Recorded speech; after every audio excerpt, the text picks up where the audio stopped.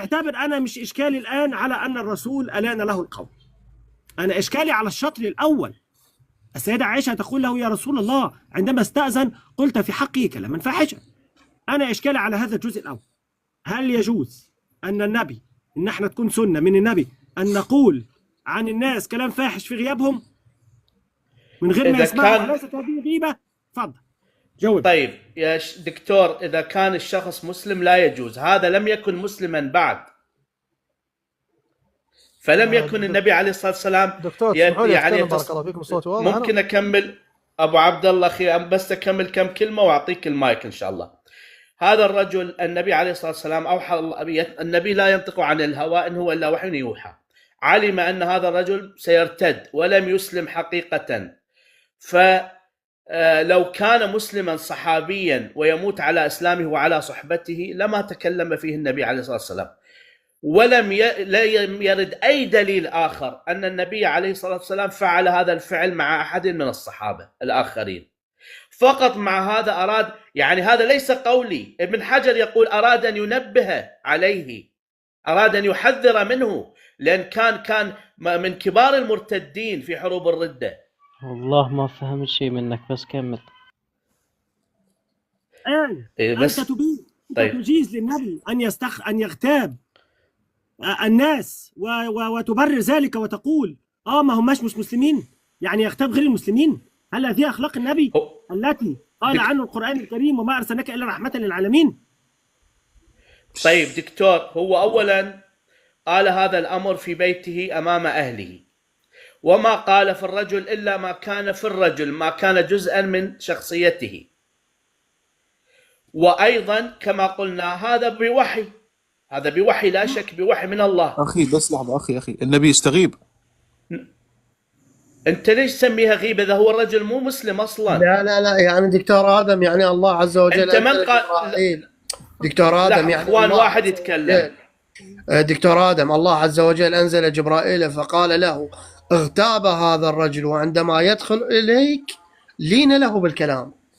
مو شنو الدرب هذا؟ لا ما حد لم اسمع أحمد. والله العظيم دكتور آدم قام لحظة يا دكتور، ممكن تسمح لي أتكلم؟ لحظة يا جماعة، مو أربعة يتكلم، احنا هذا ما فهمنا من عندنا. دكتور أربعة أول حواري مع دكتور محمد. دكتور آدم في الحوار أنا أقدمك. إذا بالضحك والله لا، إذا بالضحك هسه خليهم واحد يضحك على الثاني. يلا فتحوا موضوع، تعال خلنا ضحك أمة الثقلين عليه. يا أحمد يا عبودي عندي رد يا دكتور. من هذا العبودي؟ تعال ضحك أمة محمد عليك كذا بالضحك. يلا تعال أنا وياك بتجمع التفويض على العباد. يلا اسمح لي شوي الله يعطيك حواري مع الدكتور محمد، الرجال يحترمني واحترمه، مو 4-3 يتكلمون. انتم ما قاعدين بديوان قبل؟ انتم ما تعرفون اصول الدواوين؟ لا والله انت قاعد، احنا ما نعرف. واحد يتكلم وحتى اذا سأل سؤال نعم. دكتور آدم إذا ممكن بس أعلق على هذا الجزء. شوف يا أخوان، يا دكتور محمد، بما الكلام كان بيني وبينك سني وسني، الآن راح أرد كسني الشيعي. الشيعة ماسكين غيبة، أئمتكم يحللون ما حرم الله باسم التقية. زين، الوضوء عندكم هو المسح، وهو يقول غسل، وانتم علماءكم وجهوها انه خرج مخرج التقية. يلعن زرارة وابو بصير خرج مخرج التقية. يعتقد بعقيدة اهل السنة خرج مخرج التقية. يكفر بدين الله وبالقرآن ويتبرأ من دينه، خرج مخرج التقية. يشرع للناس، خرج مخرج التقية. يا اخي بس على كيفك، اهدى شوي. يا ابو علي اهدى بس. ابو علي سيبني اسمع يا ابو علي. لعن الله من جعلنا نعمل بالتقية. اقول لا يا اخي سيبني، انا هرد احسن منك يا شيخ نجاش. اهدى يا شيخ نجاش. انا في هذه الحاله انا مسؤول ان انا ارد عنكم. هنا الائمه عليهم السلام استخدموا التقيه اتقاء شر السلطه والخلفاء الظالمين الذين كانوا يموتون اتباعهم ويموتونهم، فكانوا يحافظون على ارواحهم وارواح اتباعهم. السؤال: النبي صلى الله عليه وسلم كان خايف من مين عندما استخدم دكتور لو سمحت؟ اشوف لا معلش، هو دكتور ادم، معلش يا ابو عبد الله، يا دكتور ادم، هنا النبي كان خايف من مين؟ استخدم التقية، كان خايف من مين؟ اتفضل.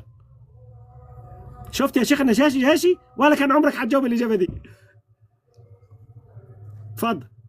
النبي كان خايف من مين؟ بيستخدم التقية من مين؟